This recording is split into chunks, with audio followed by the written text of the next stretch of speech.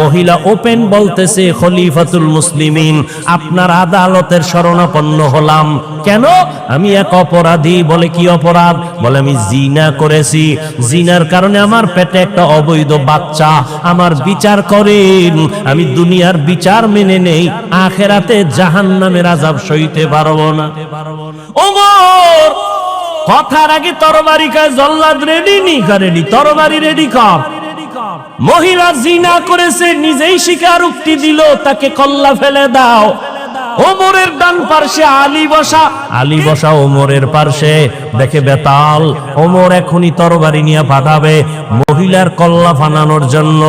আলী ওমরের হাতটা ধইরা বলেন, খলিফাতুল মুসলিমিন, একটু চিন্তা করেন, মহিলার কল্লা ফালাবেন, দোষ আছে, কিন্তু মহিলার গর্ভে যে বাচ্চাই, বাচ্চার তো কোনো দোষ নাই, এরে মারবেন কেন? ওমরের মাথা হঠাৎ করে চমকে উঠলো। ঠিকই তো, মহিলা অপরাধী, মহিলাকে জবাই করব, গর্ভের বাচ্চার তো কোনো অপরাধ নাই। ওমর কি কইব? আলীরে কয়, আমনেই ফয়সালাটা দেন। নবী যে দোয়া করে গেছে, আলীর জ্ঞান তো সীমাহীন। এলমে রায়ে জাজো করদান বেহিসাব, খলকে রাদাদান জওয়াবে বা সওয়াব, হক না দারব দোস্তে খলক আজারেরা, নিস্তে ই খসলত একে দিনদারেরা। আলী ফয়সালা দেয়। আলী বলেন, আম্মা জান, নির্ভয়ে, নির্বিঘ্নে, নির্দ্বিধায় আপনি আরামে বাড়ি চলে যান। বাড়ি যাইয়া আরামে খাবেন, ঘুমাবেন, সন্তানটা যেন সুন্দরভাবে দুনিয়াতে আসে। দুনিয়াতে সন্তান যখন ভূমিষ্ঠ হবে, সুন্দরভাবে হক আদায় করে লালন পালন করবেন। সন্তানটা বড় হবে, সন্তান বড় হওয়ার পরে সন্তান যখন নিজে নিজে চলতে শিখবে, নিজের পায়ে নিজে দাঁড়াবে, তখন সন্তানের হাতে পায় ওকে আলাদা করে দিবেন। সব কমপ্লিট করার পর আপনি যখন একা হয়ে যাবেন, তখন আদালতে আসবেন, আপনার একার বিচার হবে, সন্তানের উপরে বেইনসাফি হবে না। ওমর খুশি হইয়া একটা চিৎকার দিয়া বলে, লাউলা আলিয়ুন লাহালাকা ওমর, আজকে আলী যদি না হইতো আমি মনে হয় যেন জাহান্নামী হয়ে যাইতাম। हर के दारत खौफ हकदार दिल मदाम, जन्नतुल मअवा दे हद रामकाम। ওমর ডাক দিয়ে কয়, ইনসাফের আদালত, এরে আম্মা জান, কোনো ভয় নাই, নিরাপদে চলবেন। আফগানিস্তানে তাকাইয়া দেখো, ইসলামের খেলাফত চলতেছে, নারীরা পর্দা করে চলে, বেতন ঘরে টাইম মতো পৌঁছে যায়। কোন নারী গাধার মতো কাজ করবে, ইসলাম এটা সমর্থন করে না। কিন্তু দুনিয়াদার লম্পটেরা বলে ইসলাম নারীর অধিকার দেয়নি, এরা চরিত্রহীন লম্পট। দুনিয়ার কোন ধর্মে, কোন সংবিধানে ইসলাম ছাড়া নারীর সম্মান দেয় না। সব ধর্মে নারীকে অপমান করেছে, একমাত্র ইসলাম ধর্মে নারীর সম্মান দিয়েছে। কেমন সম্মান এটি বলার সময় আমার নাই। নারীদের কি ইসলাম কে দিয়েছে এটা বুঝার মেধা কম, যেহেতু সৃষ্টিগতভাবেই নারীদের আকল দুর্বল। কেমন মায়ার নবী আমার, দুনিয়া এসে জীবনে একবার আব্বা বলে ডাক দিতে পারলেন না, বাবার চেহারাটাও দেখতে পারলেন না। 6 বছরে মা হারায় গেল। রহমতের নবী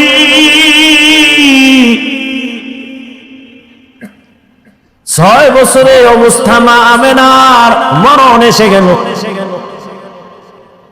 বিদায় বেলা মা কান্না করে, আর দাদা আব্দুল মুত্তালিবের কয়, নাতি তোমার হাতে দিয়ে গেলাম, খেয়াল রেখো তোমার নাতির দিক। কেমন মায়ার নবীর পরীক্ষা।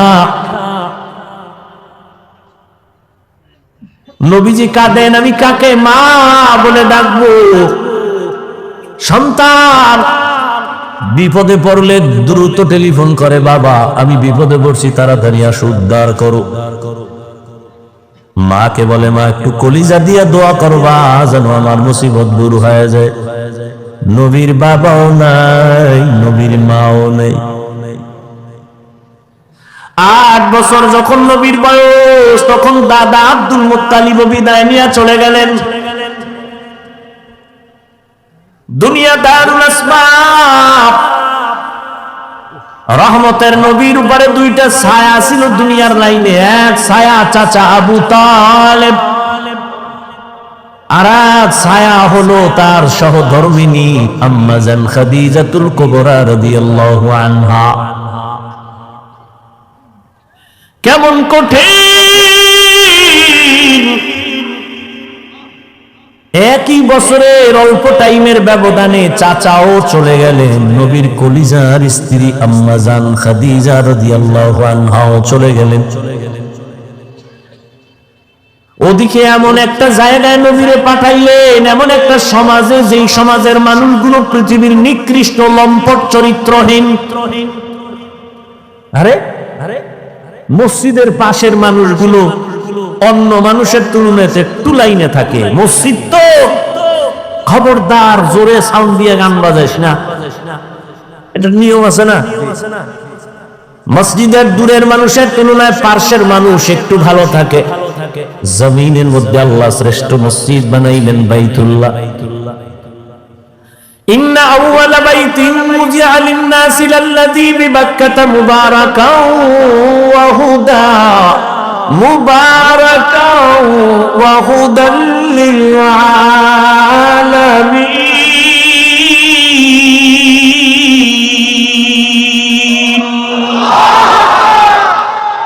পৃথিবীর শ্রেষ্ঠ ঘর বাইতুল্লাহ। কেমন ঘর? এই সব ঘর মসজিদ কার ঘর? নোয়াখালীর কেন্দ্রীয় মসজিদ কার ঘর? বাইতুল মুকাররম মসজিদ কার ঘর? সব মসজিদ আমার আল্লাহর ঘর, তবে বাইতুল্লাহর মর্যাদা অনেক বেশি। যেই বাইতুল্লাহর দিকে তাকাইয়া থাকবি সওয়াব, যেই বাইতুল্লাহর সীমানায় বসে একবার যদি ডাক দাও আল্লাহ, সাথে সাথে 1,00,000 বার আল্লাহ বলার সওয়াব। বাইতুল্লাহর সীমানায় বসে যদি একবার বলে সুবহান, 1,00,000 বার সুবহান বলার সওয়াব। বাইতুল্লাহর এরিয়ায় যদি একটা সিজদা দাও, 1,00,000 সিজদার সওয়াব আল্লাহ দান করবেন। এমন একটা দামি ঘরের পার্শ্বের মানুষগুলো এত বড় চরিত্রহীন হলো কেন? দুনিয়ার অন্য কোথাও এত খারাপ মানুষ নাই, বাইতুল্লাহর এরিয়ার মানুষ, পাশের মানুষগুলো এই পরিমাণ লম্পট চরিত্রহীন কেন? এর একমাত্র কারণ, অনেকগুলো কারণের বড় একটা কারণ, এদের কোনো মুরব্বী ছিল না। ঈসা নবী চলে গেছেন, 500 বছরের প্লাস, এর মধ্যে কোনো নবী নেই। মানুষগুলো মুরব্বী না থাকলে বেপরোয়া চলে, গরুর গলায় রশি আর মালিক না থাকলে গরুর আর কোনো টেনশন নেই, স্বাধীন। জমিনের মধ্যে স্বাধীন স্বাধীন করে যারা চলে, এদের জিন্দেগি ভালো না। আকাশে স্বাধীনভাবে পাখি উড়ে, কোনো দাম নাই। খাঁচার মধ্যে যেটা আটকায় গেছে তার মূল্য বেড়ে গেছে। সমুদ্রের ভেতরে 1000 কোটি ধরনের মাছ স্বাধীনভাবে দৌড়ায়, যেখান থেকে সেখানে দৌড়ায়, দাম নাই। জালের মধ্যে আটকায় গেছে, বাজারে উঠছে, দাম বেড়ে গেছে। রাস্তায় কুকুর ঘুরে, কোন কুকুরের দাম নাই। মালিকের শিকল যেই কুকুরের গলায় লাগানো, কুকুরের দাম বেড়ে গেছে। জঙ্গলের হাজারো প্রাণীর কোনো মূল্য নাই, স্বাধীন। কিন্তু যেই প্রাণীটা মালিকের খাঁচায় আটকায় গেছে, চিড়িয়াখানার মধ্যে গেলে, তার ওখানে গেলে টাকা লাগে, দাম বেড়ে গেছে। ঠিক ও বৃহত্তর নোয়াখালীর মুসলমানেরা, স্বাধীনভাবে তুমি চলবা, কোনো মূল্য নাই। কালেমার রশি গলায় লাগায় রসুলের তরিকায় আলেমরে মাইনা চলবা, তোমার দাম এতটাই বাড়বে, নূরের সৃষ্টি ফেরেশতার থেকেও বেশি। ভাইরা আমার, বাইতুল্লাহর মানুষ খারাপ কেন? কি নাই? কোন মুরব্বী নাই, কোন আল্লাহর নবীও আসেন নাই। যখনই মুরব্বী হইয়া রহমতের নবী আসলেন, রহমতের নবী যখন আইসা উম্মতের সুন্দর আদর্শের দাওয়াত দিলেন, মানুষগুলো সেই চরিত্রহীন মানুষ এতটা দামি হয়ে গেল, আল্লাহ বলেন জিবরাইল লিস্টি নিয়ে রহমতের নবীরে দেও, এই লিস্টিতে যাদের নাম আছে সবাই বিনা হিসাবে জান্নাতি।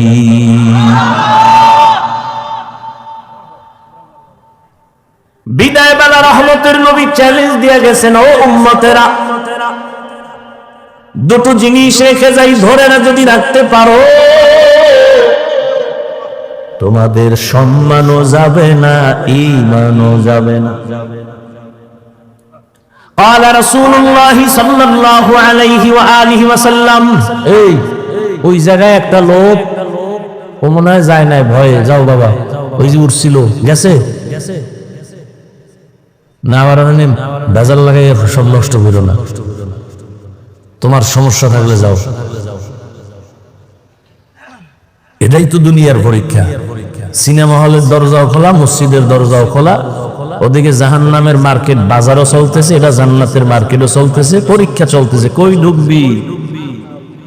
হ্যাঁ, ওখানে দোকানপাট চলে, ওখানে খেলনা, ওখানে বেলুন, ওখানে নারী, ওখানে পুরুষ, ওখানে যুবক যুবতী, অবাধে কবিরা গুনাহ চলতেছে দোকানপাটে, চলে না? এখানে জান্নাতের বয়ান চলতেছে, ওখানে জাহান্নামের বাজার মিলেইছে ওয়াজ উপলক্ষে, ওয়াজ উপলক্ষে জাহান্নামের বাজার না, ওটাও জান্নাতের বাজার। যদি তাই হয় তাহলে ওয়াজ উপলক্ষে দরকার কি বাজারের? দুই একটা খানা দানার দোকান থাকতে পারে, দূরের মানুষ আসবে, ক্ষুধা লাগবে, খাবে। খেলনার দোকান কেন? বেলুনের দোকান কেন? সেখানে আবার এমন দোকান কেন বেপর্দা নারী ঢুকবে, পুরুষ ঢুকবে? এই কবিরা গুনার দায়ভার কে নিবে? বলে গেলাম এখানে না, সারা দেশের হালাত বড় খারাপ। ওই যে শুরুতেই বলেছিলাম, বলবে হুজুর বাদ দাও, আকাম বাদ দেওয়া যাবে না। ওয়াজে আসছে, বেলুন কিনছে, বেলুন, প্লাস্টিকের মাছ, মোনাজাতের ঘরে কান্দে লইয়া ঝুলায় ঝুলায় বাড়ি যাবে। ম্যাডাম কইবে ওয়াজেরতে কি পাইছো? বলে বেলুন মোনাজাতে কবুল হয়ে গেছে, নিয়েছি। হাসো হাসো কেন? তারও কিন্তু কারণ আছে। ১৫০০ বছর আগে নবী বলে গেছেন, লা ঈমানা লিমান লা হায়া আলা, যাদের লজ্জা নাই ওদের ঈমান নাই।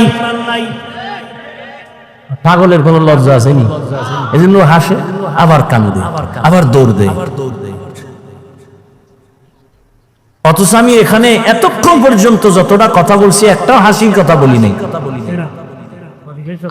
আল্লাহ হেদায়েত দান করুন, আল্লাহ আমারে করুন। আপনাকে হেদায়েত লাগলে আপনারা চাইয়া লই, নিজের জন্যই বেতাল অবস্থায় আছে।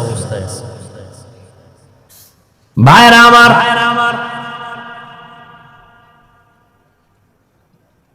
বড় কঠিন হালাত।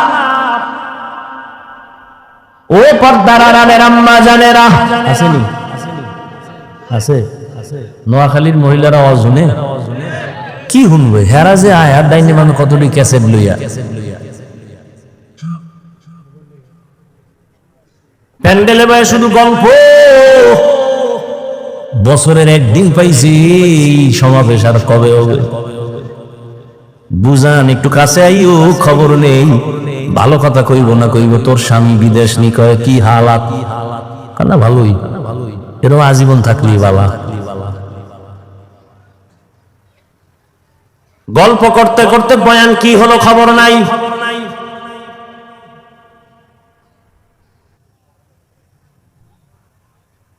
বয়ানের প্রয়োজনীয়তাই মনে করে না, গল্প করে করে আসছে, আবার বাসায় যাবে। অথচ আম্মাজানদের বয়ান বেশি শোনা দরকার। বাবার তুলনায় মায়ের অবদান সন্তানের উপরে অনেক বেশি। এরে আব্বাজান,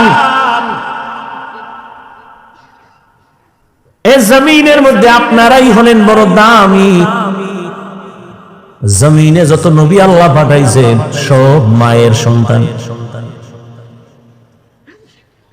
আরে আম্মা জান, আপনারা সাহাবায়ে কেরামদের মায়ের মতোই দামি মা,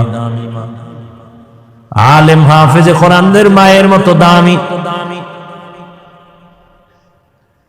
আরে আম্মা জানেরা, এ দুনিয়ায় যত ভালো সন্তান আছে সব আপনাদের কারণে। সময় যদি থাকে আমি শেষের দিকে দুই একটা ঘটনা শোনায় যাব,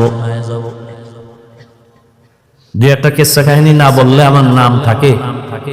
এই নোয়াখালীরা হাফিজুর রহমান কিস্সা কাহিনীর ওয়াজ করে, তো দুই একটা শুনেই তুই না, সময় পাইলে শুনাবি। তবে শুনিয়া রাখিস নাই নোয়াখালীর যুবক,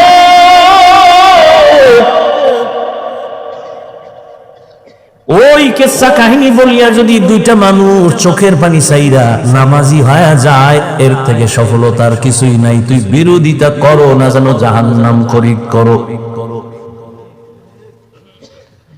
আর একটা কথা বলে যাই, পারলে মনে রাখিস, জাহেল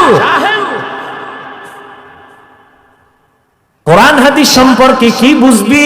তোর কলবটা নষ্ট হয়ে গেছে। নিজের গুনার দিয়ে তাকাও না, অন্যের ভালো সহ্য করতে পারো না, চোখ নষ্ট, কলিজা নষ্ট, অন্তর নষ্ট। জমিনের মধ্যে যত বড় কিস্সা কাহিনীর কিতাব আছে, শ্রেষ্ঠ কিস্সা কাহিনীর কিতাবের নাম কোরআন। জমিনের সর্বশ্রেষ্ঠ কিস্সা কাহিনীর দ্বিতীয় কিতাব হাদিস। এবার ওই জাহেলদেরকে বুঝাবার জন্য একটু আমাকে ওলামায়ে কেরাম একটু আমাকে সায় দেন, একটু সাহস দেন। জাহেলরা দেখো কোরআন হাদিসের মধ্যে কিসসা আছে না নাই? আছে। ওলামায়ে কেরাম বলবেন, এই তোরা কোরআন বুঝো না, তোরা বকবক করো না। আলেমরা বলবে আসেনি। বলেন কোরআন শরীফের মধ্যে হাতির কিসসা আসেনি, সাপের কিসসা আসেনি, ব্যাঙের কিসসা আসেনি, বাঘের কিসসা আসেনি, পিঁপড়ার কিসসা আসেনি, মশা মাছির কিসসা আসেনি? তো জাহেলগুলো কি বলে কিসসা কাহিনী নেই? বরং আমি যদি বলি সময় নাই, 2000 আয়াত আছে শুধু কিসসা কাহিনী, কিসসা কাহিনী, কিসসা কাহিনী। কয় হাজার আয়াত? 2000। সময় নাই, দিছে তাফসীরুল কোরআন মাহফিল, 1-1.5 ঘন্টা কি হবে? টানা এক বক্তাকে 2-3 দিন দিলে এবার একটা বিষয়ের উপরে আলোচনা করলে এবার কিছু বোঝা যায়। 13টা আয়াত কইরা তরজমা বলা, এর নাম তাফসীর না। এটা তাফসীর নামের ভণ্ডামি। আমি না নোয়াখালী আইলে বলি, সাইজ করি নোয়াখালী লাগে এই কথা কইয়া যে বাংলাদেশের আলেমগো তাফসীর শিখাইয়া গেছে। তাফসীর কি, কেন, কিভাবে শিখাইয়া গেছে নোয়াখালীর রত্ন হাবিবুল্লাহ মিসবাহ রাহমাতুল্লাহ। কি বুঝো তাফসীরে? কি বুঝো?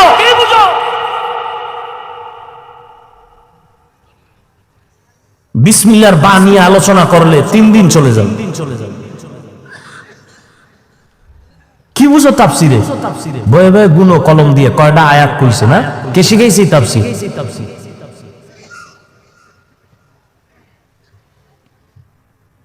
ইউটিউবে থাকতে পারে মিসবাহ রাহমাতুল্লাহ আলাইহি, এর বয়ান বুঝতে হলেও কিছু জ্ঞান নিয়ে বসা লাগে, নাহলে বুঝবেও না। ভিজিটিং কার্ডে মুফাসসির লিখতে লজ্জা লাগে না তো? আর 1000 কাট করতে 300-400 টাকা লাগে, তো মুফাসসির লিখলে আর সমস্যা নেই। মুফাসসিরে কোরআন সময়ের আলোড়ন সৃষ্টিকারী বক্তা, যে বক্তা হের কানে লেখে কেসা বেহায়া, কপাল কেমন পড়া পড়ছে। নিজের প্রশংসা নিজে করে, মুফাসসিরে কোরআন। আর আমার নামে মাওলানা না লাগলে আল্লাহ সাক্ষী আমি খুশি, আল্লামা লেখলে তোর ধৈর্য ফলে আল্লামা লেখছো না।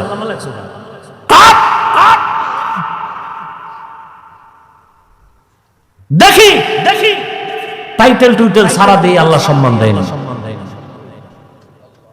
সম্মান দেওয়ার মালিক টাকা না আল্লাহ? তত টেনশন কিসে? এই বেটা নোয়াখালী বাবারা ধমক দিয়ে বলে, মোহাব্বতে বলে রাগ করো না, মাপ চাই পায়ে ধরে। তোমরাই তো বলো হাফিজুর রহমানের এলেম নাই, কিছু নাই, আইসো কেন? তো প্রশ্ন তোমাকে করবো, আসছো কেন? তুমি না এই সিফাসা ভাই আওয়াজ দিছো যে ওয়াজিরে লাভ নাই, কিচ্ছা কাহিনী কয়, এলেম নাই, কিছু নাই, এই নেই সেই, তো তুমি আসছো কেন?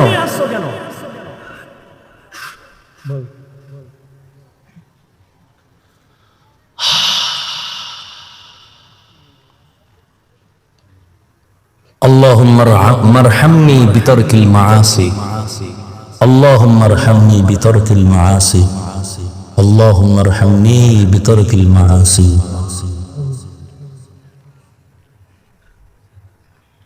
কি যুবকরা কিসসা শুনবি? সোনাবন্ধের গান গাই না আমরা, ওই কিসসা বলি যা শুনলে মানুষের দিল নরম হয়, চোখে বানিয়ে আসে। আমরা সোনাবন্ধের গান গাই না। জিন্দগি মে বন্দগি তু করনা হে, जिंदगी में बंदगी तू करना है, जिंदगी बे बंदगी शर्मिंदा है, जिंदगी बे बंदगी शर्मिंदा है। यहाँ हम सब मुसाफिर दिल ना लगा, अहले दिल की नजर से रूह करता जा, शाह दौलत सब फकीर गर नेक ने है, शाह दौलत सब फकीर गर नेक ने है, जिंदगी में बंदगी तू करना है, जिंदगी में बंदगी तू करना है, जिंदगी बे बंदगी शर्मिंदा है, जिंदगी बे बंदगी शर्मिंदा है।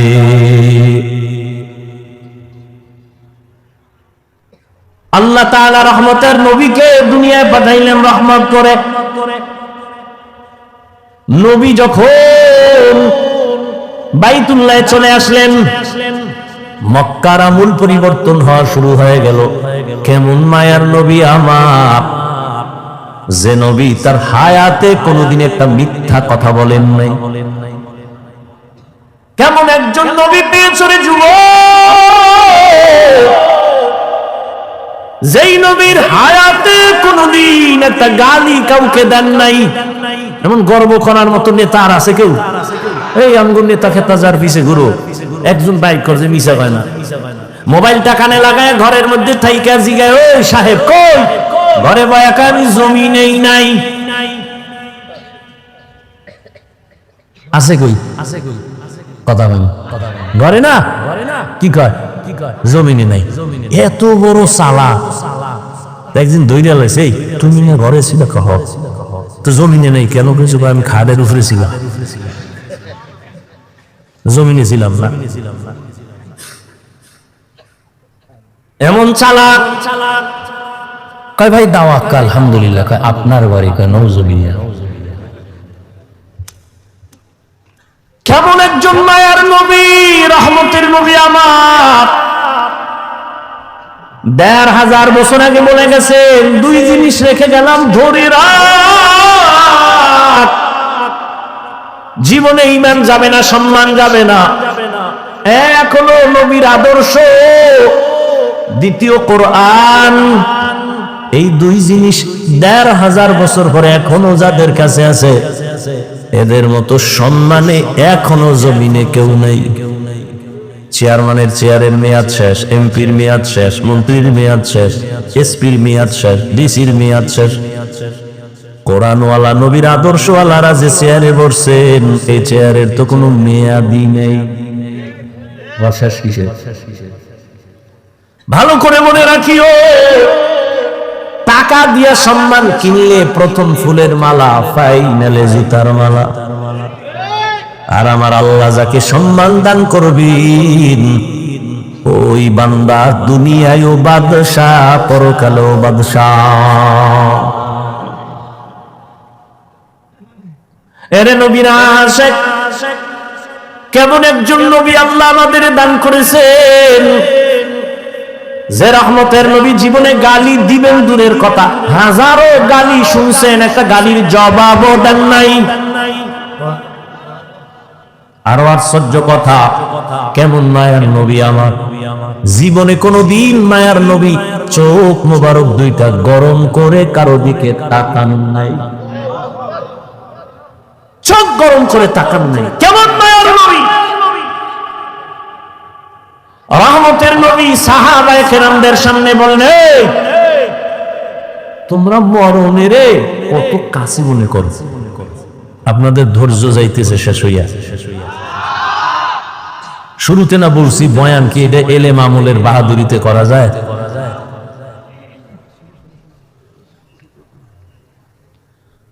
হায় হায়, নবী জিজ্ঞাসা করেন মরণকে কত কাছে মনে করেন? একজন সাহাবী বলেন, ইয়া রাসূলুল্লাহ, আমি ফজরের নামাজ পড়িয়া ভয় পাই যোহরের নামাজ আদায় করতে পারবো কিনা, এর মাঝে আজরাইল চলে এল।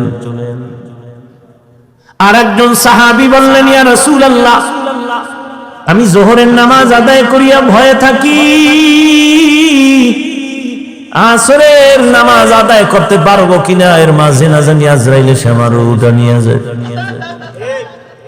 আর একজন সাহাবী বলেন, ইয়া রাসূলুল্লাহ, আমি আসরের নামাজ আদায় করিয়া অপেক্ষা আর ভয় মাগরিবের নামাজ আদায় করতে পারি কিনা, এর মাঝে আজরাইল চলে আসবে, এই ভয়ে থাকি।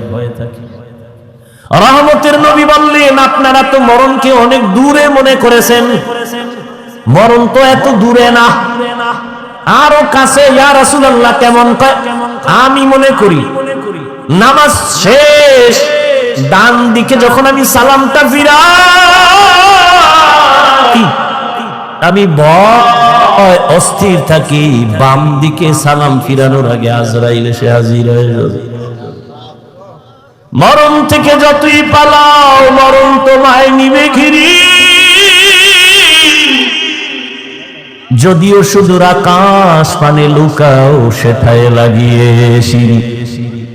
নদী পথে নৌকা চালাও ও মাঝি ভাই, বেলা ডোবার আগে আমি ওপার উঠতে চাই, ডুবে গেলে বেলা রে আর উঠে না, ভেঙ্গে গেলে মেলা রে আর জমে না।